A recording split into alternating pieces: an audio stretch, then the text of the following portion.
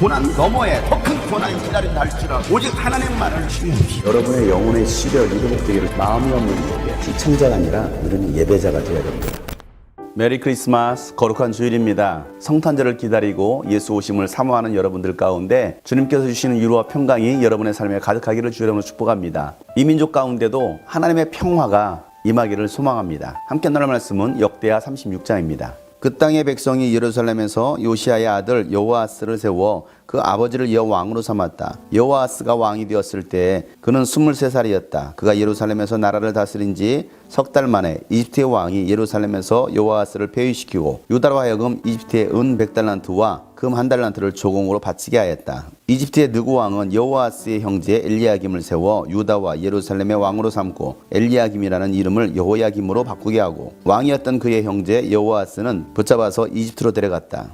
여호야김이 왕이 되었을 때 그는 25살이었다. 그는 예루살렘에서 11해 동안 다스렸다. 그는 주 하나님께서 보시기에 악한 일을 하였다. 바빌로니아의 느부갓네살 왕이 올라와서 그를 치고 쇠사슬로 묶어서 바빌로니아로 잡아갔다. 느부갓네살은 또 주님의 성전 안에 있는 온갖 기구를 바빌로니아로 가지고 가서 도성 바빌론에 있는 자기의 궁전에다 들여놓았다. 여호야김의 나머지 사적과 그가 저지른 모든 역겨운 일과 그가 저지른 악한 행위는 이스라엘과 유다 열왕기에 기록되어 있다. 그의 아들 여호야긴이 그의 뒤를 이어 왕이 되었다. 여호야긴이 왕이 되었을 때 그는 8살이었다. 그는 예루살렘에서 석 달 열흘 동안 다스렸다. 그는 주님께서 보시기에 악한 일을 하였다. 그 해봄에 느부갓네살 왕이 사람을 시켜서 여호야긴을 바빌로니아로 잡아가고 주님의 성전에 있는 값비싼 온갖 기구도 함께 가져갔으며 여호야긴의 삼촌 시드기야를 세워서 유다와 예루살렘의 왕으로 삼았다. 시드기야가 왕이 되었을 때 그는 21살이었다. 그는 예루살렘에서 11해 동안 다스렸다. 그는 주 하나님께서 보시기에 악한 일을 하였다. 그는 주님의 입에서 나오는 말씀을 선포하는 예레미야 예언자 앞에서 겸손하게 말씀을 받아들이지 않았다.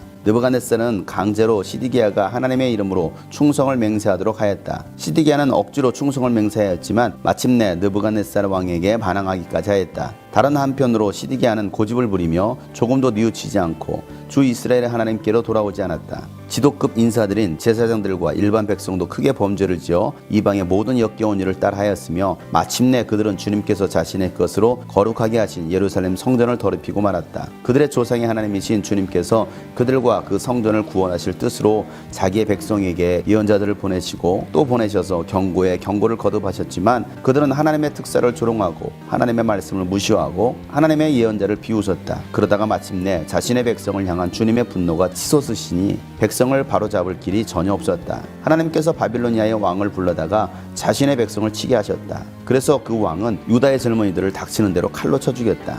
심지어는 성전 안에서도 그러한 사력을 삼가지 않았다. 그 왕은 잔인하였다. 젊은이나 늙은이, 여자나 남자, 병약한 사람이나 건강한 사람을 가리지 않았다. 하나님은 이렇게 자신의 백성을 그 왕의 손에 넘기셨다. 바빌로니아 왕은 하나님의 성전 안에 있는 크고 작은 기구와 주님의 성전 안에 있는 보물과 왕과 신하들이 가지고 있는 보물을 모두 도성 바빌론으로 가져갔다. 그 왕은 또 하나님의 성전을 불살하고 예루살렘 성벽을 헐고 궁궐들을 다 불살하고 값진 그릇들을 다 부숴버렸다. 그는 또 칼에 맞아 죽지 않고 살아남은 자들은 바빌로니아로 데리고 가서 왕과 왕자들의 노예로 삼았다. 그들은 페르시아 제국이 일어서기까지 거기서 노예 생활을 하였다. 그리하여 주님께서 예레미야를 시켜서 땅이 70년 동안 황폐하게 되어 그동안 누리지 못한 안식을 다 누리게 될 것이다 하신 말씀이 이루어졌다. 페르시아의 고레스 왕이 왕위에 오른 첫 해에 주님께서는 예레미야를 시켜서 하신 말씀을 이루시려고 페르시아의 고레스 왕의 마음을 움직이셨다. 고레스는 온 나라에 명령을 내리고 그것을 다음과 같이 조서로 써서 돌렸다. 페르시아의 고레스 왕은 다음과 같이 선포한다. 주 하늘의 하나님께서 나에게 이 땅 위에 모든 나라를 주셔서 다스리게 하시고 유다의 예루살렘에 그의 성전을 지으라고 명하셨다. 이 나라 사람 가운데 하나님을 섬기는 모든 백성에게 하나님께서 함께 계시기를 빈다. 그들을 모두 올라가게 하여라. 아멘. 요시아 왕이 죽자 그의 아들 여호아스가 유다의 왕이 됩니다. 그런데 그는 왕위에 오르고 나서 3달 만에 이집트 왕이 예루살렘에서 여호아스를 폐위시킵니다. 그리고 이집트 누고 왕은 여호아스의 형제 엘리야김을 세워서 유다와 예루살렘의 왕으로 삼습니다. 그리고 왕이었던 여호아스는 이집트로 끌려가게 됩니다. 요시아가 죽고 난 다음에 유다는 급속하게 쇠락하게 됩니다. 하나님은 요시아가 하나님의 율법책을 발견하고 그 율법의 말씀을 듣고 나서 애통하며 하나님께 회개하고 기도했을 때 하나님은 그가 살아있는 동안에는 하나님의 진노를 진노가 심판이 내려지지 않을 것이라고 말씀하셨습니다. 요시야의 겸손함과 애통함 때문에 하나님은 하나님의 진노를 보내하셨던 것입니다. 그리고 그가 죽자 하나님의 진노가 유다 땅에 급속하게 진행되는 것입니다. 여호아하스가 이집트로 끌려가고 그의 형제 여호야김이 유다의 왕이 되고 11년을 다스립니다. 그런데 그가 왕이 되었지만 그저 이집트 왕이 시키는 대로 해야 하는 무늬만 왕이었던 것입니다. 그리고 그는 하나님 보시기에 악한 일을 행했습니다. 그래서 하나님은 바벨론의 느부갓네살 왕을 들어서 여호야김을 치고 그를 쇠사슬로 묶어서 바벨론의 포로로 끌고 갑니다. 그리고 느부갓네살은 성전에 있었던 모든 기물들을 다 가지고 갑니다. 여호야김이 바벨론을 끌려가고 그의 아들 여호야긴이 왕이 됩니다. 그때 나이가 8살이었습니다. 그리고 그는 예루살렘에서 석 달 열흘 동안 다스리게 됩니다. 그도 또한 주님 보시기에 악한 일을 행했습니다.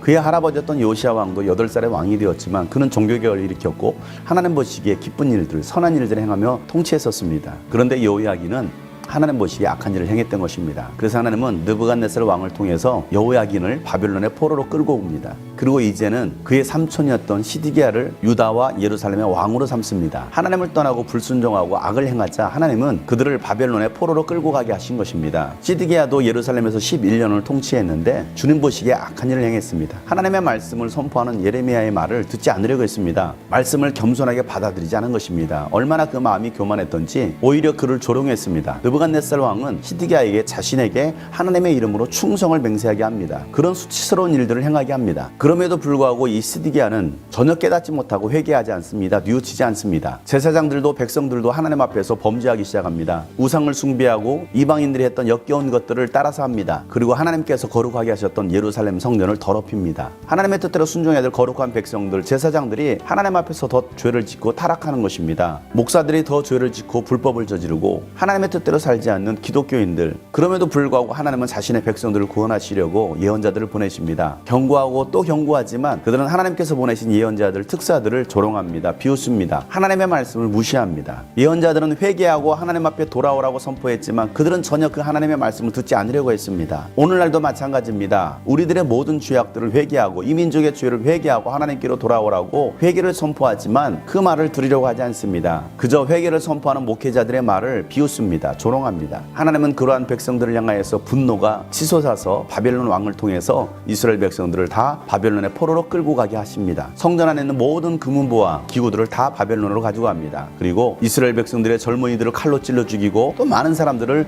포로로 끌고 가서 노예로 삼습니다. 그렇게 BC 587년에 예루살렘은 완전히 멸망당합니다. 예루살렘 성벽도 무너지고 궁궐도 다 불타버립니다. 이것은 예레미야 선지를 통해서 예언하신 하나님의 말씀을 성취하시는 사건이었습니다. 하나님은 바벨론을 들어서 이스라엘을 심판하신 것입니다. 우리가 하나님의 말씀에 순종하지 않으면 하나님은 이방인들을 통해서, 믿지 않는 자들을 통해서 심판하십니다. 한국교회가 회개하지 않으면 믿지 않는 권력자들을 들어서라도 한국교회를 치시고 심판하십니다. 북한을 들어서도 치실 수도 있습니다. 지금은 우리가 하나님의 음성을 듣고 하나님의 경고의 메시지를 듣고 회개하고 하나님께로 돌아가야 될 때입니다. 그렇게 바벨론의 포로로 끌려갔던 이스라엘 민족, 하나님께 거역하고 불순종함으로 죄를 지음으로 하나님은 그 이스라엘 땅을 심판하셨습니다. 멸망시키셨습니다. 그런데 예레미야 선지자를 통해서 예언하신 그 말씀을 이루시려고 70년이 되자 그들을 다시 이스라엘 땅으로 보내십니다. 페르시아의 고레스 왕을 통해서 이스라엘 백성들이 예루살렘으로 돌아가게 하는 것입니다. 하나님의 성전을 재건케 하는 것입니다. 심판도 하나님의 뜻이고 회복도 하나님의 뜻입니다.